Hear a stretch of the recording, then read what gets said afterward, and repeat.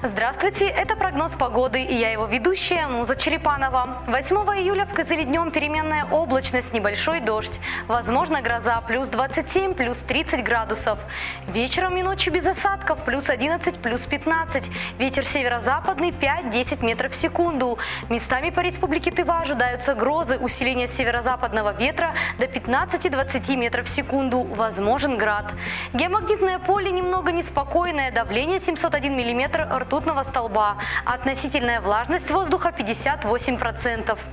В воскресенье днем переменная облачность. Столбик термометра задержится на отметке плюс 25, плюс 30. Вечером и ночью возможен дождь. Температура воздуха составит плюс 13, плюс 15 градусов. Местами по республике небольшой и умеренный дождь. Возможны грозы. Усиление северо-западного ветра до 13-18 метров в секунду. Ожидается геомагнитная буря. Давление 703 миллиметра ртутного столба. Влажность воздуха 49%.